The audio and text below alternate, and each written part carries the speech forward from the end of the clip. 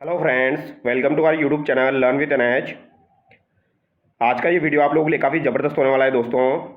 जो भी विद्यार्थी पटवार एग्ज़ाम की तैयारी कर रहे हैं वो चैनल से जुड़ जाइए। आज के वीडियो में हम पटवार एग्ज़ाम से संबंधित आपका एक मॉडल पेपर के बारे में चर्चा करने वाले हैं।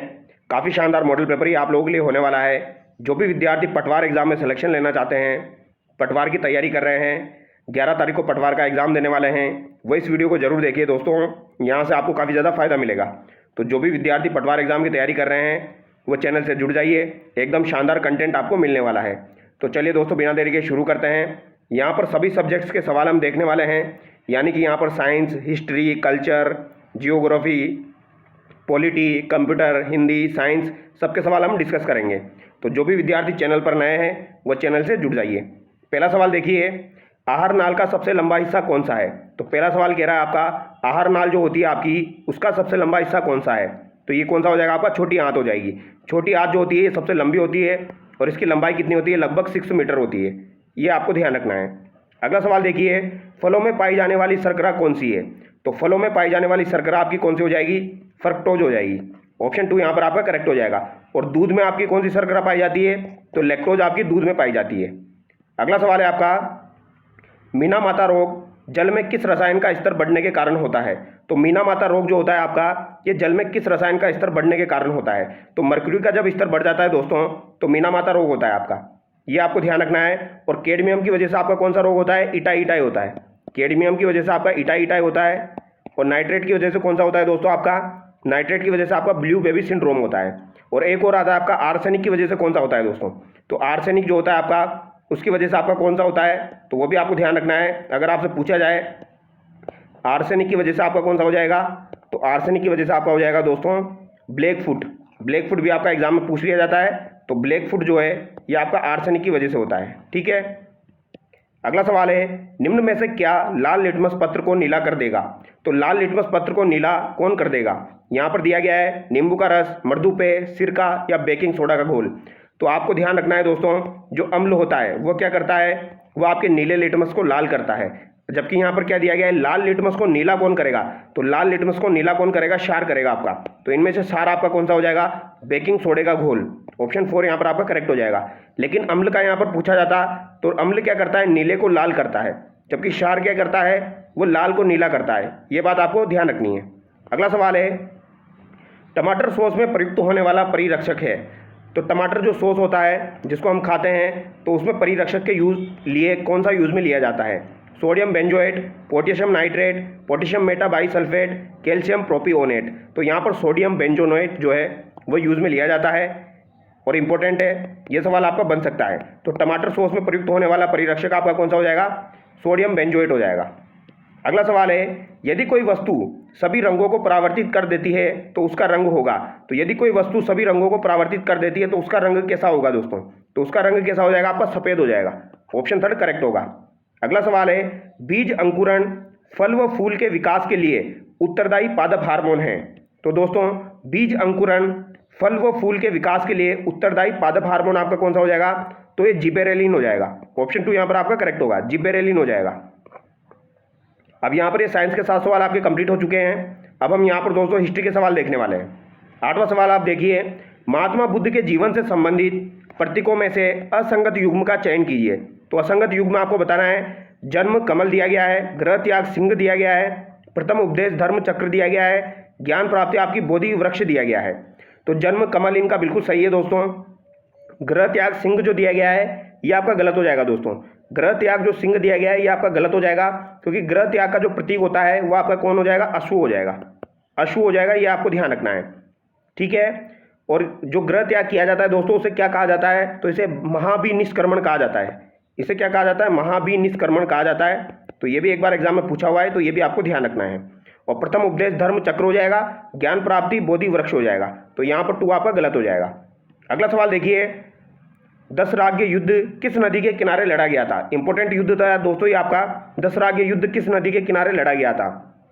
परुषणी, वित्सता, अस्कनी, सतुद्री। तो ये परुषणी नदी के किनारे लड़ा गया था। परुषणी नदी को ही रावी नदी कहा जाता है। तो ये रावी नदी के किनारे हुआ था दोस्तों।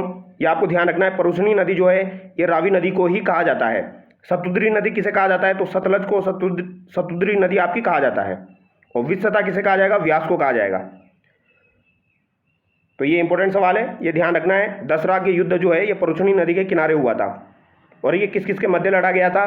तो ये आपके राजा सुदास और 10 जनों के संघ के मध्य लड़ा गया था। और यहाँ पर राजा सुदास जो थे उनकी विजय हुई थी। अगला सवाल देखिए, तंजौर में स्थित वृद्धेश्वर मंदिर का निर्माण किसने करवाया? तो तंजौर में स्थित वृद्धेश्वर मंदिर का निर्माण किसके द्वारा करवाया गया था? तो ये राजराजा फर्स्ट के द्वारा करवाया गया था। ऑप्शन 3 यहाँ पर आपका करेक्ट होगा। सल्तनत काल में सबसे लंबे समय तक शासन करने वाला राजवंश कौन सा था? तो सल्तनत काल में सबसे लंबे समय तक शासन करने वाला राजवंश कौन सा हो जाएगा? तो ये आपका तुगलक वंश हो जाएगा। तुगलक वंश ने सर्वाधिक शासनकाल किया, यानी सर्वाधिक समय तक शासन किया था। जबकि आपका खिलजी वंश था, इसने न्यूनतम समय के लिए शासन किया था। ये पॉइंट भी आपको ध्यान रखना है। न्यूनतम समय के लिए खिलजी वंश, अधिकतम समय के लिए तुगलक वंश हो जाएगा।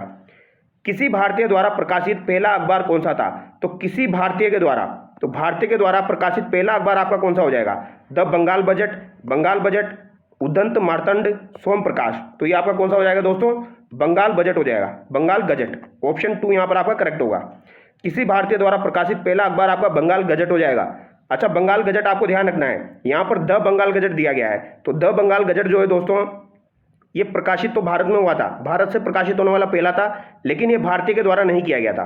तो ये पॉइंट आपको ध्यान रखना है। जबकि बंगाल गजट जो है ये भारतीय के द्वारा प्रकाशित किया गया था। तो ये पॉइंट आपको ध्यान रखना है। तो ये कब प्रकाशित हुआ था? ये 1816 में प्रकाशित हुआ था। ये आपका गंगाधर भट्टाचार्य द्वारा प्रकाशित किया गया था। और द बंगाल गजट जो है ये आपका हिक्की के द्वारा प्रकाशित हुआ था। अगला सवाल देखिए, गदर पार्टी की स्थापना किसके द्वारा की गई?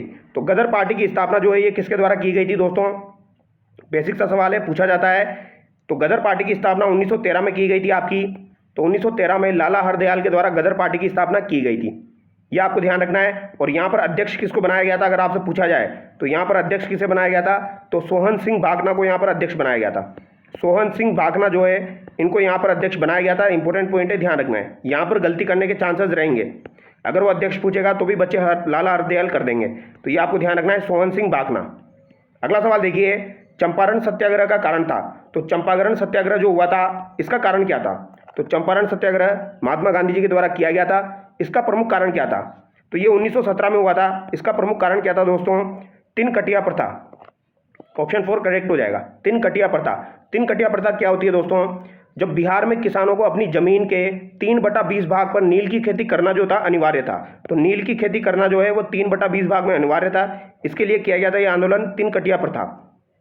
अगला सवाल देखिए, भारत के संविधान में वर्णित स्वतंत्रता के अधिकार में निम्न में से कौन सी स्वतंत्रता शामिल नहीं है? तो ये आपके पॉलिटी के सवाल शुरू हो चुके हैं दोस्तों। ठीक है, इंडियन हिस्ट्री के 7 सवाल कंप्लीट हो चुके हैं। अब पॉलिटी के 7 सवाल हम देखने वाले हैं, इंडियन पॉलिटी के।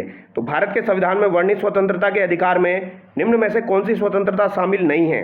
तो कौन सी स्वतंत्रता आपकी शामिल नहीं है?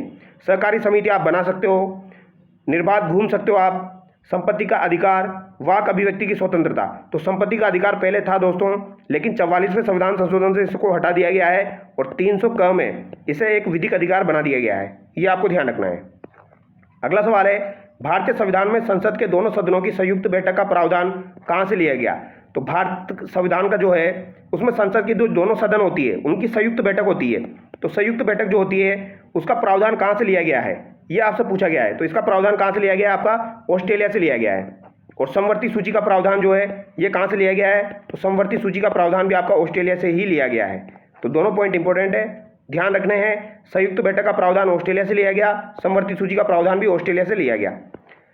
अगला सवाल देखिए, राष्ट्रपति निम्न में से किस मामले में समाधान प्रदान कर सकता है? तो समाधान प्रदान कर सकता है राष्ट्रपति किस मामले में? तो राष्ट्रपति जो है अनुच्छेद 72 के तहत समाधान प्रदान कर सकता है संघीय विधि के विरुद्ध किसी अपराध में दिए गए दंड में, सैन्य न्यायालय द्वारा दिए गए दंड में, मृत्यु दंड की स्थिति में। तो ये उपयुक्त सभी में समाधान प्रदान कर सकता है अनुच्छेद 72 के तहत। अगला सवाल देखिए, निम्न में से किस स्थिति में राज्यसभा की स्थिति लोकसभा के समान है? तो राज्यसभा की जो स्थिति है वो लोकसभा के समान किस स्थिति में होगी? साधारण विधेयक के मामले में, धन विधेयक के मामले में, मंत्रिपरिषद के विरुद्ध अविश्वास प्रस्ताव के मामले में, उपयुक्त सभी। आप लोग सोच रहे होंगे सर इतना स्पीड से क्यों चल रहे हो? क्योंकि सवाल काफ़ी सारे हैं दोस्तों, लगभग आपके 100 से 110 सवाल है। तो ये मेरे को आपको कवर करवाना है। तो 100 से 110 सवाल में टाइम लगेगा। तो अगर वीडियो थोड़ा सा लंबा हो जाए तो उसको डबल स्पीड में आप देख लेना। तो राज्यसभा की स्थिति लोकसभा के समान किस स्थिति में होगी? तो साधारण विधेयक के मामले में ये समान होती है दोस्तों, और एक आपका संविधान संशोधन के मामले में भी समान होती है। तो संविधान संशोधन के मामले में भी समान होती है, और साधारण विधेयक के मामले में राज्यसभा की स्थिति लोकसभा के समान होती है। साधारण विधेयक और संविधान संशोधन दोनों मामले में समान होती है। भारत का सर्वोच्च विधि अधिकारी होता है, तो भारत का सर्वोच्च विधि अधिकारी बताइए दोस्तों, अनुच्छेद 76 आपने पढ़ा होगा महान्यायवादी के बारे में। तो महान्यायवादी को क्या कहा जाता है? अटॉर्नी जनरल कहा जाता है। ऑप्शन 4 करेक्ट हो जाएगा। तो भारत का सर्वोच्च विधि अधिकारी अटॉर्नी जनरल हो जाएगा, जिसका उल्लेख अनुच्छेद 76 में है।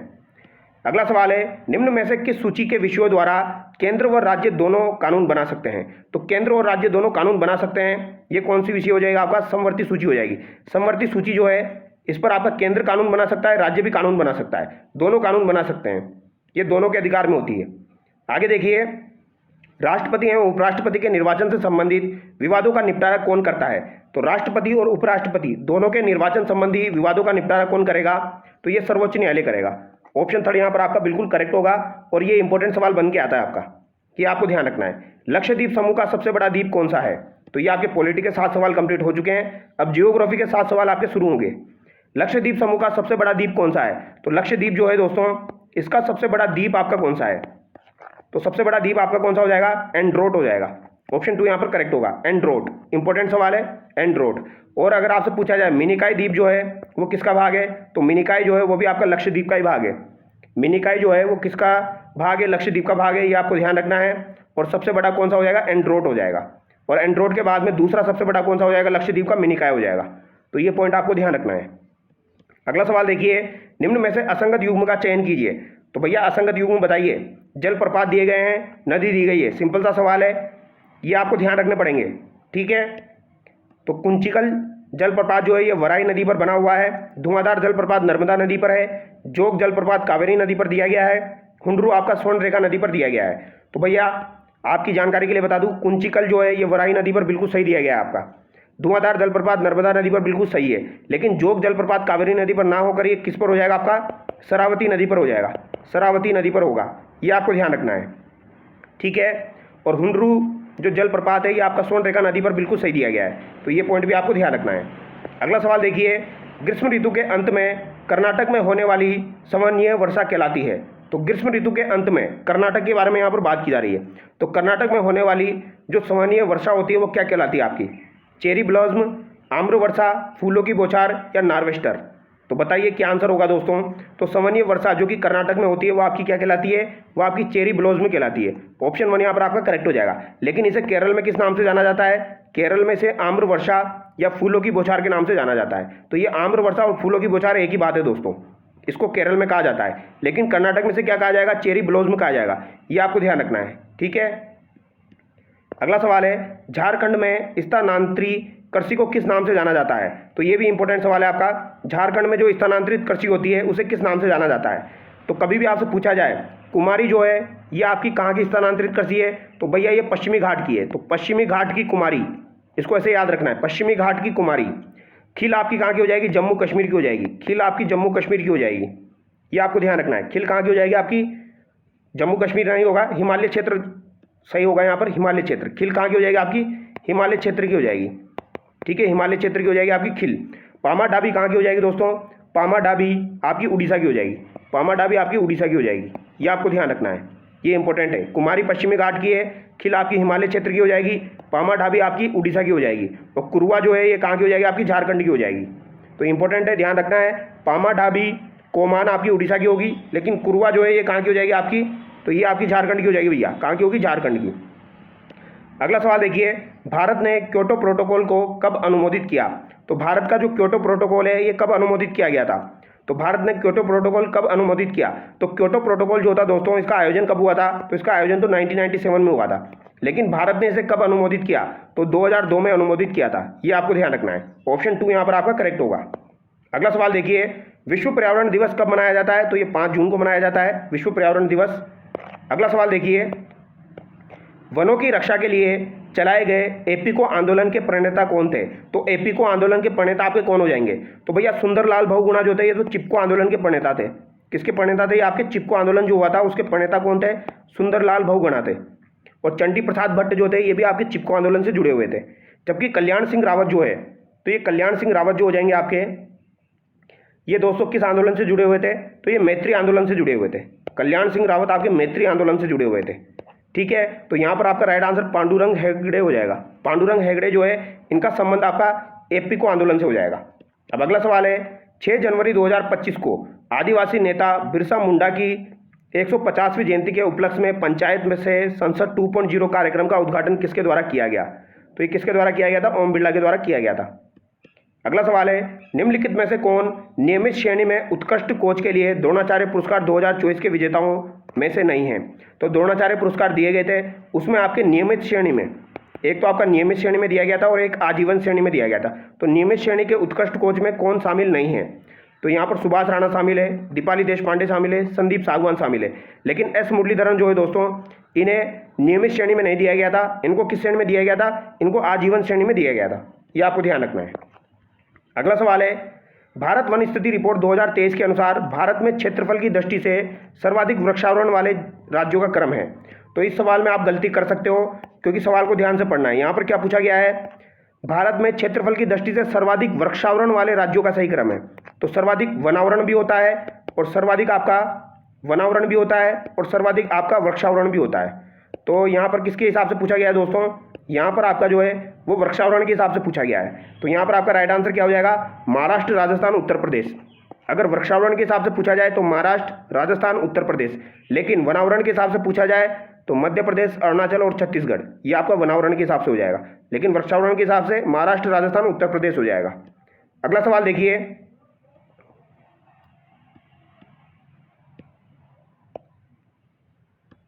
अगला सवाल देखिए दोस्तों, यूनिफाइड पेंशन स्कीम जो है आपकी, उसके संदर्भ में कुछ कथन दिए गए हैं, उन पर विचार करना है।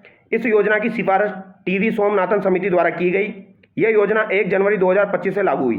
तो दोस्तों जो आपकी यूनिफाइड पेंशन स्कीम है, टीवी सोमनाथन समिति के द्वारा इसकी सिफारिश की गई थी। ये बात आपकी बिल्कुल सही है, लेकिन ये आपकी 1 अप्रैल 2025 से लागू हुई है। तो 1 अप्रैल 2025 से ये लागू हुई है, तो ये कथन आपका गलत हो जाएगा। तो केवल 1 यहाँ पर आपका सही है।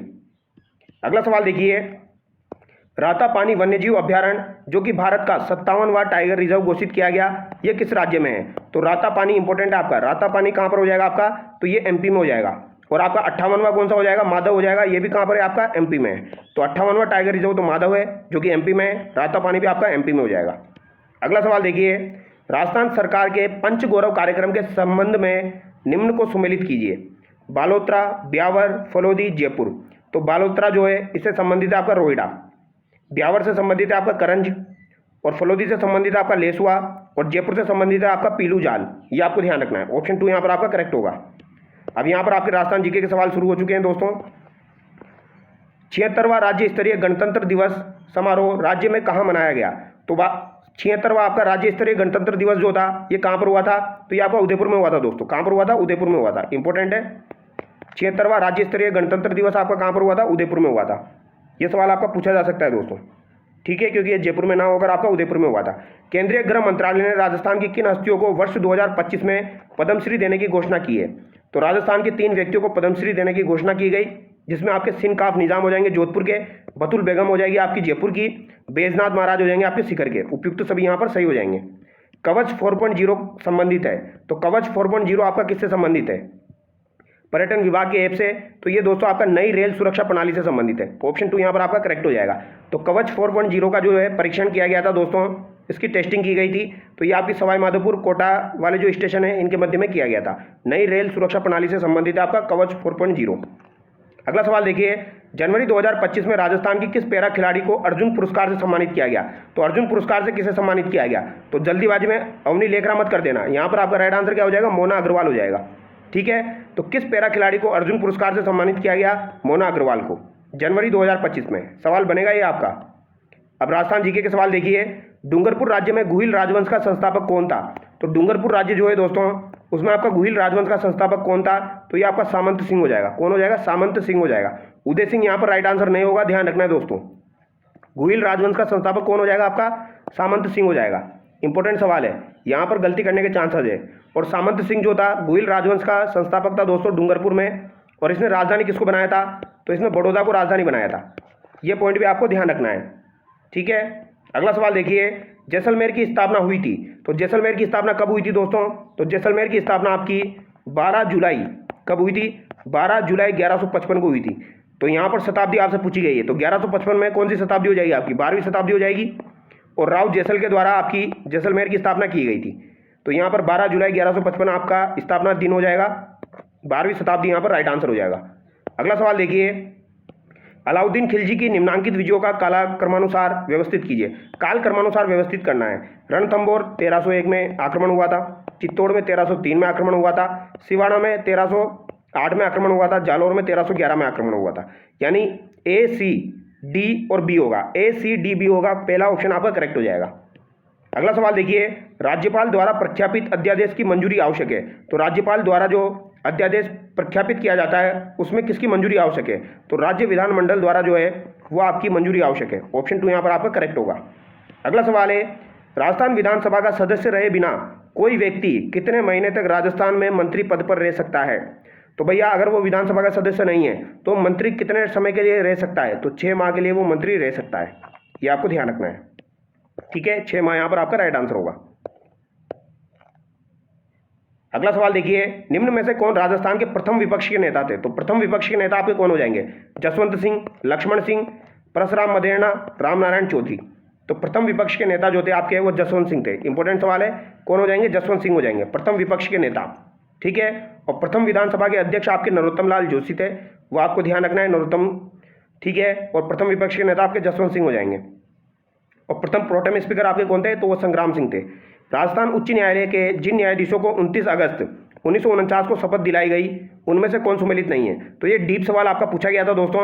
29 अगस्त 1949 को आपके हाई कोर्ट के दोस्तों कुछ न्यायाधीश थे, उनको शपथ दिलाई गई थी, उसमें से यहाँ पर कौन सा आपका सम्मिलित नहीं है, ये आपसे पूछा गया है।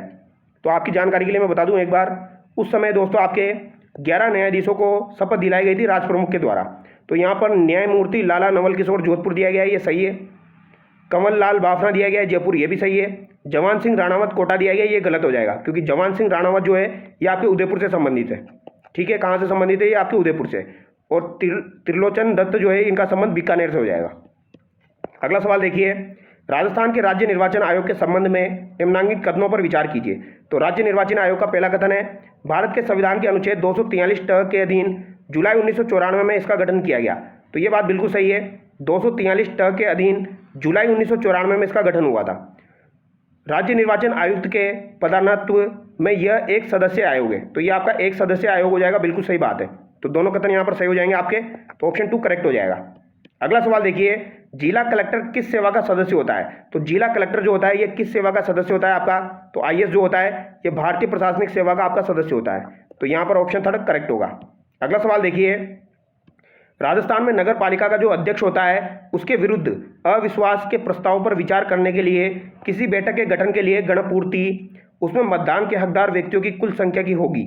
तो दोस्तों यहाँ पर नगर पालिका के अध्यक्ष के विरुद्ध जब अविश्वास प्रस्ताव लाया जाता है तो जब 1/3 सदस्य जो होते हैं दोस्तों वो आपके अविश्वास प्रस्ताव लेके आते हैं, यानी उनके साइन होते हैं, तो यहाँ पर अविश्वास प्रस्ताव जो है वो पारित हो जाता है, मतलब उसको अविश्वास प्रस्ताव को ला सकते हैं। लेकिन यहाँ पर गणपूर्ति के बारे में पूछा गया है, गणपूर्ति उसमें मतदान के हकदार के व्यक्तियों की कुल संख्या कितनी होगी? तो ये 3/4 हो जाएगी आपकी। ऑप्शन 1 यहाँ पर आपका करेक्ट हो जाएगा।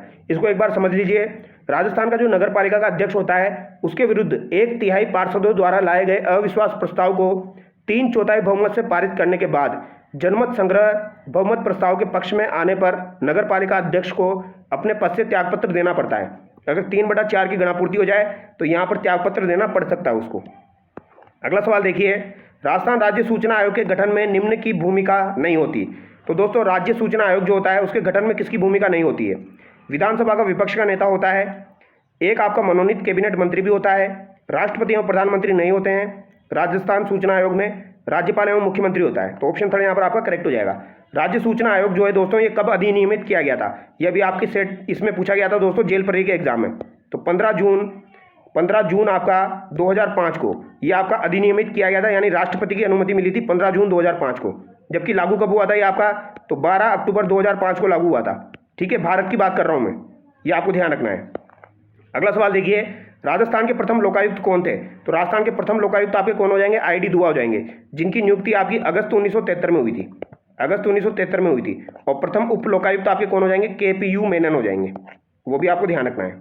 अगला सवाल है, राजस्थान लोक सेवा गारंटी अधिनियम 2011 के अंतर्गत प्रथम अपीलीय प्राधिकारी के निर्णय के विरुद्ध कितने दिनों में द्वितीय अपीलीय प्राधिकारी को अपील की जा सकती है? तो भैया लोक सेवा गारंटी जो अधिनियम है 2011 का, वो आपको ध्यान रखना है। इसमें क्या होता है, प्रथम अपीलीय प्राधिकारी के निर्णय के विरुद्ध कितने दिनों में आप दूसरी अपील कर सकते हो? तो 60 दिनों में आप दूसरी अपील कर सकते हो। दस्तूर कोमवार में राजस्थान के किस राज्य से संबंधित वर्णन मिलता है? तो दस्तूर कोमवार जो है दोस्तों ये क्या है? तो दस्तूर कोमवार आपका क्या हो जाएगा दोस्तों? दस्तूर कोमवार जो है ये आपका जयपुर से संबंधित है, ये आपको ध्यान रखना है। और ये विभाजन था, ऑप्शन 2 यहाँ पर आपका करेक्ट हो जाएगा। दस्तूर कोमवार जो था दोस्तों ये आपका क्या था? विभाजन था। किस किस के मध्य विभाजन था दोस्तों? जैसे कि यहाँ पर क्या होता है, जयपुर रियासत में वर्णानुक्रम से वर्षों के अनुसार जिल्दों में 32 खंडों में उपलब्ध जो राजकार्य का विस्तृत आर्थिक रिकॉर्ड होता था उसे कहते थे आपके दस्तूर कोमवार। तो आर्थिक रिकॉर्ड होता था ये आपका। मारवाड़ के अधोलिखित राजनीतिक संगठनों को काल क्रमानुसार व्यवस्थित कीजिए। मारवाड़ हितकारिणी सभा की स्थापना आपकी कब हुई थी? तो मारवाड़ हितकारिणी सभा की स्थापना 1923 में हुई थी। मारवाड़ युद्ध लीग की स्थापना 1931 में हुई थी। मारवाड़ प्रजामंडल का गठन आपका 1934 में हुआ था। और मारवाड़ लोक परिषद जो है दोस्तों इसकी स्थापना कब हुई थी? 1938 में हुई थी। तो यानी कि यहाँ पर अगर आप सम्मिलित करोगे तो 1 2 3 4 हो रहा है आपका। ऑप्शन 1 यहाँ पर आपका करेक्ट जाएगा। अगला सवाल है, भोगीलाल पांड्या, हरिदेव जोशी, शिवलाल कोटड़िया स्वतंत्रता सेनानी किस क्षेत्र के प्रजामंडल से संबंधित थे? तो ये आपके किससे संबंधित है? तो भैया ये आपके किससे संबंधित हो जाएंगे? डूंगरपुर से। नाथुराम पोदार की हवेली कहाँ पर स्थित है? शेखावटी में। तो नाथुराम पोदार की हवेली आपकी बिसाऊ झुंझुनू में स्थित है। कहाँ पर स्थित है? बिसाऊ झुंझुनू में स्थित है। अगला सवाल देखिए, सुरजन, अहमद अली, रामलाल, श्री किशन और साधु राम। तो सुरजन हो गया, अहमद अली हो गया, रामलाल हो गया, श्री कृष्ण हो गया और साधु राम हो गया। ये आपके किस शैली के प्रमुख चित्रकार हैं? इंपॉर्टेंट सवाल है। ये आपकी बूंदी चित्र शैली के प्रमुख चित्रकार हैं। ये आपको दिमाग में सेट कर लेना है दोस्तों, ये बूंदी से संबंधित है। जोरावा लोकगीत का संबंध किससे हो जाएगा? जैसलमेर से हो जाएगा। जोरावा का संबंध जैसलमेर से हो जाएगा। और आपका दोस्तों मुगल सम्राट शाहजहां के समय से ही प्रसिद्ध नाहर नृत्य के आयोजन की परंपरा कहाँ से प्रचलित हुई थी? तो नाहर नृत्य जो है दोस्तों इसका प्रचलन आपका कहाँ से हुआ था? मांडल भीलवाड़ा से हुआ था। कहाँ से हुआ था? शाहजहां के समय मांडल भीलवाड़ा से हुआ था। याद रह जाएगा, मांडल भीलवाड़ा। अब अगला सवाल देखिए, क्वेश्चन नंबर 59। यहाँ पर तो सिंपल सा सवाल है, सम्मिलित करना है आपको। वीर कल्लाजी, कल्लाजी का संबंध कहाँ से हो जाएगा दोस्तों आपका? तो कल्लाजी का संबंध आपका रुंडेला से हो जाएगा। हड़बू जी का संबंध बेंगटी जोधपुर से हो जाएगा। फाफू जी का आपका कोलमंड जोधपुर से हो जाएगा। और आपका गोगा जी का ददरेवा चूरू से हो जाएगा। तो सम्मिलित करके देख लीजिए, ए में आपका सेकंड है, एक ही ऑप्शन में दिया गया है। ऑप्शन 1 यहाँ पर आपका करेक्ट हो जाएगा। कुंडा पंथ के प्रणेता कौन थे? तो कुंडा पंथ के प्रणेता आपके कौन हो जाएंगे दोस्तों? तो कुंडा पंथ के प्रणेता आपके राव मल्लीनाथ जी हो जाएंगे। वेरी वेरी इंपॉर्टेंट है। राव मल्लीनाथ जी जो है ये अभी कुंडा पंथ के प्रणेता हो जाएंगे। और दोस्तों इनका जन्म जो हुआ था वो कहाँ पर हुआ था? तो मारवाड़ में हुआ था। और इनका जो मेला लगता है वो कहाँ पर लगता है? तो तिलवाड़ा बालोतरा में इनका मेला लगता है। ये बात आपको ध्यान रखनी है। और इन्होंने किससे शिक्षा ग्रहण की थी? तो उगम सिंह भाटी जी जो थे दोस्तों वो इनके गुरु थे। और इन्होंने अपनी रानी यानी अपनी जो इनकी पत्नी थी उनका नाम था रानी रूपादे। तो रूपादे के कहने पर इन्होंने उगम सिंह भाटी जो थे इनको गुरु बनाया था और इनसे दीक्षा ग्रहण की थी। ये बात आपको ध्यान रखनी है। मल्लीनाथ जी का मेला आपका चैत्र कृष्ण एकादशी से शुरू होकर चैत्र शुक्ल एकादशी तक चलता है। तो चैत्र महीने में इनका मेला लगता है। और इन्होंने दोस्तों फिरोज तुगलक के मालवा के सूबेदार निजामुद्दीन को भी हराया था। तो इन्होंने फिरोज तुगलक का जो सेनादार था सूबेदार निजामुद्दीन उसको भी हराया था दोस्तों। ये पॉइंट भी आपका पूछा जा सकता है। अच्छा, इनके माता और पिता का नाम भी ध्यान रख लेना। इनके पिता का नाम तो सलका हो जाएगा, रावल सलका। रावल सलका इनके पिता का नाम हो जाएगा। माता का नाम जानीदे हो जाएगा। माता का नाम क्या हो जाएगा? जानीदे हो जाएगा। तो ये पॉइंट भी आपको ध्यान रख लेना है। अगला सवाल है, विरुद्ध छतरी के रचनाकार है। तो विरुद्ध छतरी जो है ये किसके द्वारा लिखी गई है? दुर्साहड़ा के द्वारा लिखी गई है। अगला सवाल है, क्षेत्रपाल राजस्थान की संस्कृति में एक महत्वपूर्ण पहलू रहा है। तो क्षेत्रपाल जो है राजस्थान की संस्कृति में महत्वपूर्ण पहलू रहा है ग्राम देवता के रूप में। किसके रूप में? ग्राम देवता के रूप में। अगला सवाल देखिए, छगनबेन ने सर्वोदय गतिविधियों के लिए राजस्थान के किस क्षेत्र को चुना? तो छगनबेन ने सर्वोदय गतिविधियों के लिए राजस्थान के किस क्षेत्र को चुना था? तो खीचन जोधपुर को। ऑप्शन 3 यहाँ पर आपका करेक्ट हो जाएगा। और छगनबेन जो है दोस्तों ये पहली सरपंच थी राजस्थान की। ये पहली सरपंच थी, महिला सरपंच। ये आपको ध्यान रखना है। पहली महिला सरपंच थी आपकी, कब बनी थी? तो ये आपकी 1961 में पहली महिला सरपंच बनी थी। ये बात आपको ध्यान रखनी है। अगला सवाल देखिए, फड़ कलाकार श्रीलाल जोशी राजस्थान के किस स्थान से संबंधित है? तो श्रीलाल जोशी जो है ये आपके फड़ चित्रकार है। इनका संबंध किससे हो जाएगा? आपका भीलवाड़ा से हो जाएगा। ऑप्शन 4 करेक्ट है। सिंपल सा सवाल है लेकिन बार बार पूछा जाता है। अगला सवाल है, निम्न में से कौन सा कथन नारायणी देवी वर्मा के संदर्भ में गलत है? तो नारायणी देवी वर्मा के संबंध में कौन सा कथन गलत है? 1970 से लेकर 76 तक राज्यसभा की सदस्य रही, बिल्कुल सही बात है। 1970 से 76 तक ये राज्यसभा की सदस्य रही थी। 1944 में भीलवाड़ा में इन्होंने महिला आश्रम की स्थापना की थी, तो ये बात भी बिल्कुल सही है। 1944 में इन्होंने भीलवाड़ा में महिला आश्रम की स्थापना की थी। 1957 से लेकर 62 तक ये लोकसभा की सदस्य रही, ये कथन यहाँ पर गलत हो जाएगा। 1942 के आंदोलन में भाग लेने के लिए जेल जाना पड़ा, तो ये कथन भी आपका सही है, यानी ऑप्शन 3 यहाँ पर आपका गलत हो जाएगा। अगला सवाल देखिए, यहाँ पर आपको सुमेलित करना है दोस्तों, घना पक्षी विहार, गागरोन, ब्रह्मा मंदिर, गणेश्वर। तो गणेश्वर का संबंध तो किससे हो जाएगा आपका? कांतली नदी से हो जाएगा, यानी शेखावटी से हो जाएगा। तो ये आपका दोस्तों ऑप्शन 1 हो गया इसमें। तो डी में आपका 1 हो गया, 3 में दिया गया है। ब्रह्मा मंदिर का संबंध किससे हो जाएगा? तो जयपुर सर्किट से हो जाएगा, सी में आपका सेकंड हो जाएगा। ठीक है, ये भी आपका 2 ऑप्शन में दिया गया है। गागरोन का संबंध आपका हाड़ौती सर्किट से हो जाएगा, तो बी में आपका 4 हो जाएगा, तो यहाँ पर आपका ऑप्शन 3 करेक्ट हो जाएगा। और आपका घना पक्षी विहार का संबंध किससे हो जाएगा दोस्तों? अलवर सर्किट से हो जाएगा, ये आपको ध्यान रखना है। घना पक्षी विहार का संबंध आपका अलवर सर्किट से हो जाएगा। अगला सवाल देखिए, कुछ चोटियाँ आपको दी गई है अरावली की, इनको दोस्तों घटते क्रम में जमाना है, घटते क्रम में जमाना है दोस्तों। सबसे ऊंची आपकी गुरु शिखर है, फिर गुरु से यानी दूसरी आपकी शेर हो जाएगी, गुरु से दिल से जरा आस, और तीसरी आपकी दिलवाड़ा हो जाएगी, आज से आपका अचलगढ़ हो जाएगा, ये चौथी हो जाएगी, और फिर आपकी 5वीं कुंभलगढ़ हो जाएगी। तो यहाँ पर क्रम घटते क्रम में जमाना है दोस्तों। तो सबसे पहले गुरु शिखर, फिर उसके बाद आपकी शेर आ जाएगी, तो ए डी, फिर उसके बाद आपकी कौन सी आ जाएगी? दिलवाड़ा आ जाएगी, ई आ जाएगी, यानी ऑप्शन 1 ही आपका करेक्ट हो जाएगा। अगला सवाल देखिए, अरावली श्रेणी में निम्नलिखित में से कौन सी सर्वोच्च पर्वत चोटी है? तो अरावली श्रेणी में निम्नलिखित में से कौन सी सर्वोच्च पर्वत चोटी है? तो सर्वोच्च पर्वत चोटी आपकी कौन सी हो जाएगी? शेर, तारागढ़, रघुनाथगढ़, अचलगढ़। तो शेर हो जाएगी दूसरे नंबर की सर्वोच्च चोटी। ठीक है, अगर गुरु शिखर होता तो फिर गुरु शिखर आंसर करते, लेकिन गुरु शिखर ऑप्शन में नहीं है, तो शेर आंसर करेंगे। अब ये पैराग्राफ दिया गया है आपका इंग्लिश का, तो ये सवाल आप कर लेना, 5 सवाल पैराग्राफ पढ़ के, इसकी पीडीएफ में आपको टेलीग्राम चैनल पर प्रोवाइड करवा दूंगा। अब यहाँ पर एरर वाला सवाल दिया गया है, इसको देख लीजिए आप। ठीक है, the box of eggs are lying on the table. तो the box of eggs are lying on the table, इसमें एरर बतानी है आपको, एरर किसमें हो जाएगी? तो ये आर लाइंग जो दिया गया है इसमें एरर हो जाएगी दोस्तों आपकी। ठीक है, क्योंकि यहाँ पर आर की जगह ई जाना चाहिए आपका। ठीक है, द बॉक्स के अनुसार आएगा तो ई जाएगा यहाँ पर, ये आपको ध्यान रखना है। अगला सवाल देखिए, the whole block of flats including 2 shops were destroyed in fire. तो यहाँ पर भी दोस्तों आपकी एरर आपको बतानी है, तो यहाँ पर एरर किसमें हो जाएगी आपकी? तो यहाँ पर भी आपकी एरर हो जाएगी, इंक्लूडिंग 2 शॉप्स वर में एरर हो जाएगी आपकी। तो ऑप्शन 2 यहाँ पर आपका करेक्ट हो जाएगा, क्योंकि यहाँ पर ब्लॉक के अनुसार जो है वो आपकी हेल्पिंग वर्ब आएगी, यानी यहाँ पर भी आपका वा जाएगा दोस्तों, ये आपका ध्यान रखना, वो जाएगा। अगला सवाल देखिए, गिव सिनोनिम ऑफ काउंसिल। तो इसका सिनोनिम आपको बताना है दोस्तों, तो इसका सिनोनिम आपका क्या हो जाएगा? हाइड हो जाएगा। और एंटोनिम बताना है आपको, फास्टिडियस का आपको दोस्तों एंटोनिम बताना है, तो इसका एंटोनिम क्या हो जाएगा आपका, ये आपको बताना है। तो बताइए दोस्तों, क्वेश्चन नंबर 77 का आंसर आपका क्या हो जाएगा? तो इसका आंसर आपका क्या हो जाएगा दोस्तों? एडजस्टेबल हो जाएगा। ऑप्शन 4 यहाँ पर आपका करेक्ट होगा। और यहाँ पर आपकी एक एडम दी गई है, तो एडम ऑफ फ्रेजेस का एक सवाल आपका पूछा जाएगा, to call a spade a spade. तो टू कॉल अ स्पेड, इसका मतलब क्या हो जाएगा? To be frank. ऑप्शन 1 यहाँ पर आपका करेक्ट होगा। अब हिंदी के सवाल देखिए, सदैव शब्द में कौन सी संधि है? तो सदैव शब्द में आपकी कौन सी संधि हो जाएगी? तो देखने से पता लग रहा है इसमें वर्धी संधि हो जाएगी आपकी। निर्निमेष शब्द में कौन सा उपसर्ग है? तो आपका निर्निमेष जो दिया गया है इसमें आपका कौन सा उपसर्ग हो जाएगा दोस्तों? तो इसमें आपका हो जाएगा निर प्लस निमेष, यानी कि ऑप्शन 1 आपका करेक्ट हो जाएगा। अगला सवाल देखिए, किस क्रम में सही समास विग्रह नहीं हुआ है? तो किस क्रम में आपका सही समास विग्रह नहीं हुआ है? नीली है जो गाय, नील गाय, तो ये तो सही दिया गया है। बैलों से खींची जाने वाली गाड़ी मतलब बैलगाड़ी, ये भी सही है। क्रोध रूपी अग्नि यानी क्रोधाग्नि, ये भी सही है। नौ है जिसमें विधियाँ, नवनिधि, ये गलत हो जाएगा, क्योंकि नवनिधि जो है दोस्तों ये आपका नो है जिसमें विधियाँ नहीं होगा, क्योंकि ये आपका द्विगु समास का उदाहरण है, तो ये अलग तरीके से टूटेगा आपका। नवनिधि जो है ये आपका अलग तरीके से टूटेगा, यानी कि ये किस तरीके से टूटेगा? नव विधियों का समूह, नव विधियों का समूह, ये कैसे टूटेगा आपका? नव विधियों का समूह, इस तरीके से नव विधियों का समूह होना चाहिए यहाँ पर। तो ऑप्शन 4 आपका करेक्ट हो जाएगा, क्योंकि यहाँ पर पहला पद आपका संख्यावाचक है, तो यहाँ पर कौन सा समास हो जाएगा आपका? द्विगु समास हो जाएगा। किस शब्द युग में सही अर्थभेद नहीं है? तो सही अर्थभेद किस शब्द युग में नहीं है? गोत्र गोत्रा, वंश पृथ्वी, जरा जरा थोड़ा बुढ़ापा, तप ताप तपस्या गर्मी, द्रव द्रव्य तरल पदार्थ धन। तो यहाँ पर दोस्तों जो आपका जरा जरा दिया गया है ये उल्टा दिया गया है।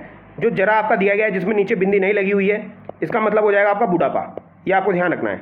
ठीक है, और जिसमें आपकी बिंदी लगी हुई है नीचे उसका मतलब हो जाएगा थोड़ा, ये आपको ध्यान रखना है। ठीक है, तो यहाँ पर ऑप्शन 2 आपका करेक्ट हो जाएगा। अगला सवाल देखिए, सन्यासी शब्द का पर्यायवाची नहीं है, तो सन्यासी शब्द का पर्यायवाची परिवारजक भी होता है, यति भी होता है, वैरागी भी होता है, महीपति नहीं होता है। ऑप्शन 4 यहाँ पर करेक्ट होगा। आकाश का विलोम शब्द होगा, तो आकाश का विलोम क्या हो जाएगा दोस्तों, पाताल हो जाएगा। सिंपल सा सवाल है। अगला सवाल देखिए, निम्न विकल्पों में से सही वर्तनी वाला शब्द चुनिए, तो सही वर्तनी वाला शब्द आपको बताना है। संशोधित जो है ये बिल्कुल सही दिया गया है आपका, बाकी यहाँ पर गलत दिए गए हैं दोस्तों। ठीक है, मात्रा की गलतियाँ हैं बाकी सब में। निम्नलिखित में से व्याकरण की दृष्टि से शुद्ध वाक्य कौन सा है, तो व्याकरण की दृष्टि से शुद्ध वाक्य आपका कौन सा हो जाएगा, महादेवी वर्मा विदुषी लेखिका थी, ये बिल्कुल सही दिया गया है आपका। बाकी यहाँ पर तीनों गलत दिए गए हैं दोस्तों। अगला सवाल देखिए, असंगत विकल्प का चयन कीजिए, तो यहाँ पर असंगत विकल्प का चयन करना है। निंदा के बहाने प्रशंसा करना व्याज स्तुति, ये बिल्कुल सही है। निंदा के बहाने प्रशंसा कर रहे हो तो ये व्याज स्तुति हो जाएगी, और प्रशंसा के बहाने निंदा कर रहे हो तो ये व्याज निंदा हो जाएगी, तो ये भी यहाँ पर सही दिया गया है।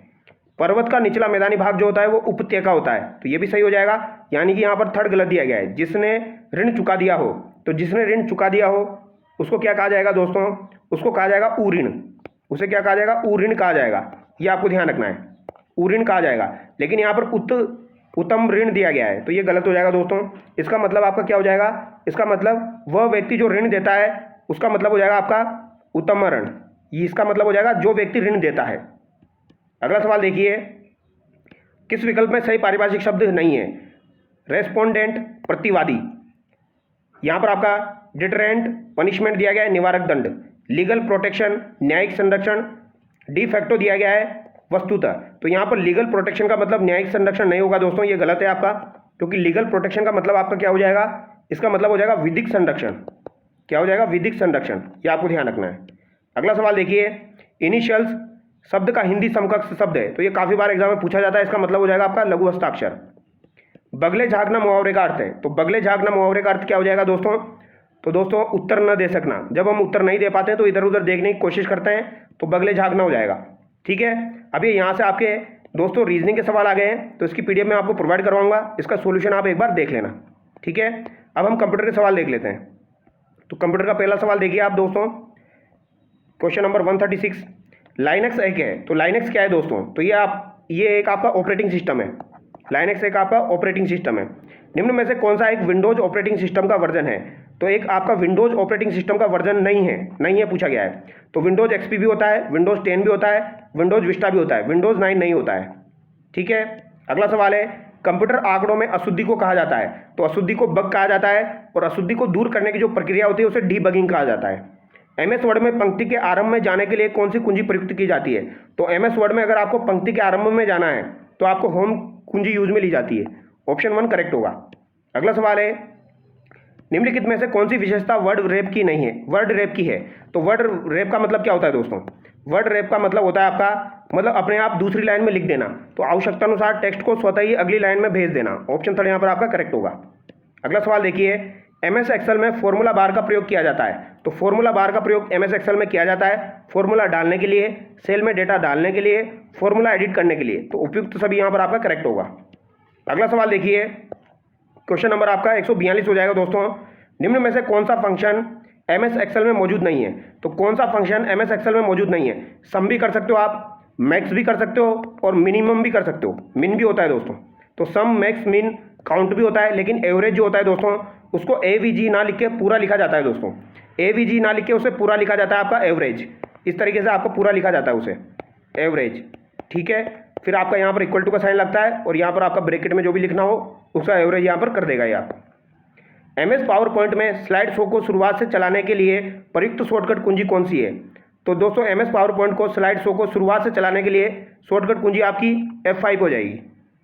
अगला सवाल है, कंप्यूटर में फाइल का प्रकार दर्शाया जाता है, तो कंप्यूटर में फाइल का प्रकार किससे दर्शाया जाएगा, तो फाइल एक्सटेंशन द्वारा दर्शाया जाएगा फाइल का प्रकार।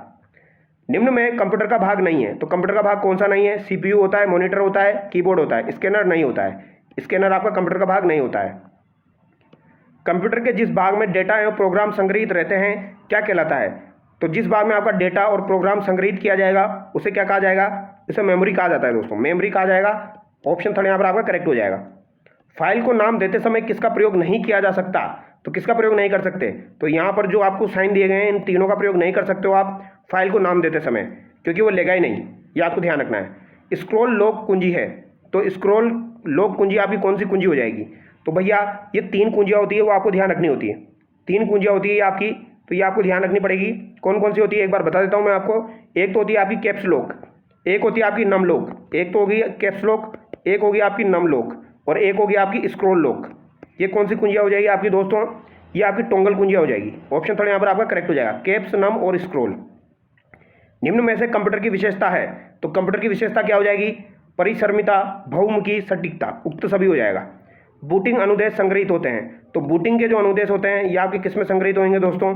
तो बूटिंग के जो अनुदेश होते हैं ये आपके दोस्तों रोम में संग्रहित होते हैं। किस में संग्रहित होंगे? रोम में संग्रहित होंगे। जब हम कंप्यूटर को ऑन करते हैं दोस्तों, तो कंप्यूटर सिस्टम में स्थित रोम के बेसिक इनपुट आउटपुट सक्रिय हो जाते हैं। तो रोम के जो बेसिक इनपुट आउटपुट होते हैं वो सक्रिय हो जाते हैं। इस दौरान आपका BIOS आपने सुना होगा, BIOS यानी पावर ऑन सेल्फ टेस्ट करता है, और इस समस्त प्रक्रिया को क्या कहा जाता है? बूटिंग कहा जाता है। तो ये आपकी रोम हो जाएगा यहाँ पर। तो ये दोस्तों यहाँ पर लगभग मैंने आपको 100 से ज़्यादा सवाल करवा दिए हैं। आई होप आपको वीडियो अच्छा लगा होगा।